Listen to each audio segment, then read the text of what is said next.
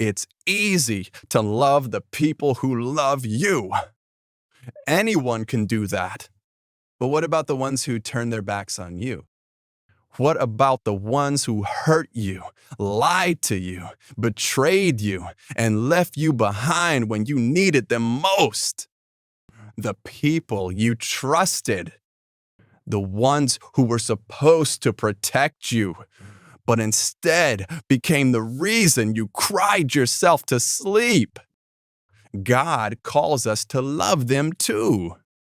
Not in theory, not in empty words, but in action, in response, in surrender.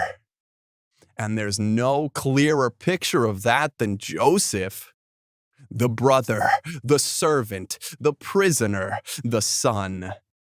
A man who had every reason to grow bitter, but chose something harder. He chose to forgive. Joseph was 17 when his brothers threw him in a pit, not strangers, his own blood. They stripped him of his robe, the symbol of his father's love. They plotted to kill him, then settled for selling him.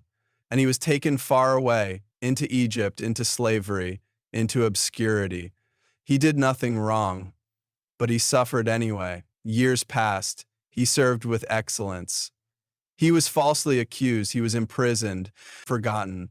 Over and over again, he had every reason to become bitter, every reason to give up. But God was with him. And when Pharaoh called on him to interpret a dream, Joseph stood tall. And when Pharaoh placed him second in command, Joseph stood faithful. Then the famine came, and so did his brothers, hungry, desperate, kneeling before the one they abandoned. And Joseph had the power to crush them. But instead, he wept. He fed them. He blessed them, and he said, "You meant it for evil, but God meant it for good." That's not just forgiveness. That's love. Now think about this.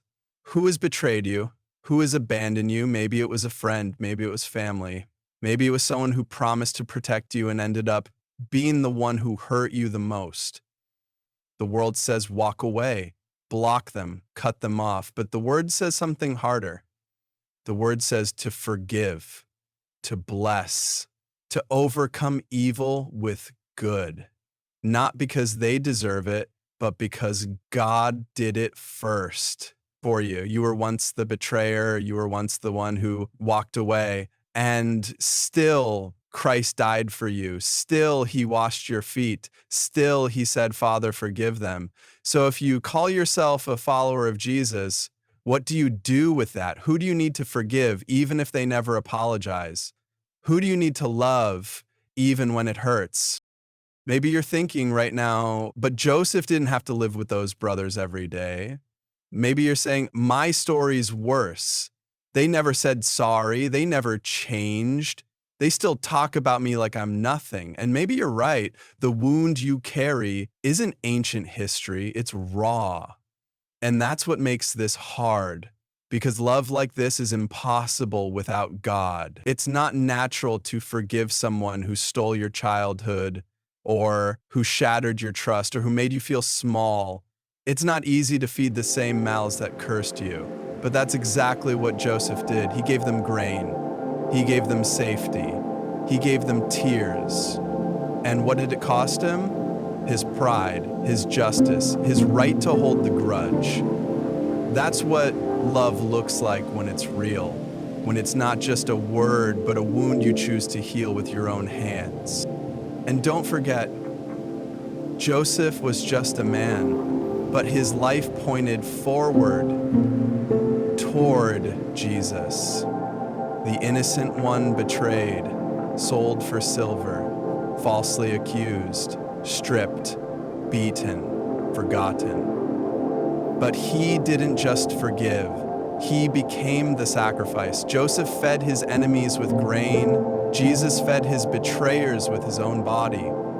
Joseph wept over his brothers. Jesus wept over Jerusalem. Joseph saved his family.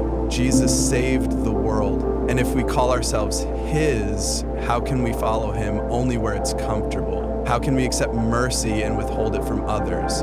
The cross isn't just where we receive love, it's where we learn how to give it.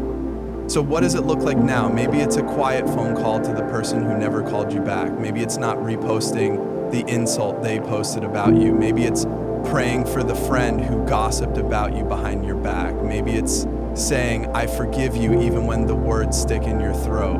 Maybe it's feeding someone who starved you emotionally. It won't feel good at first. Love rarely does. But that's how healing starts.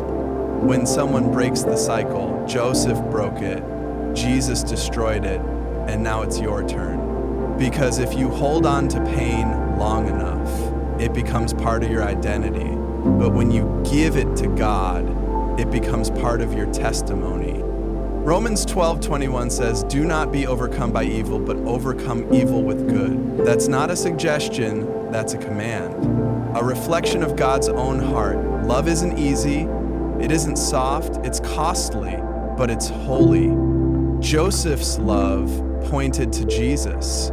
Your love can do the same. Let go of revenge, let go of pride, let God use your pain for his purpose. And let the words speak louder than your wounds.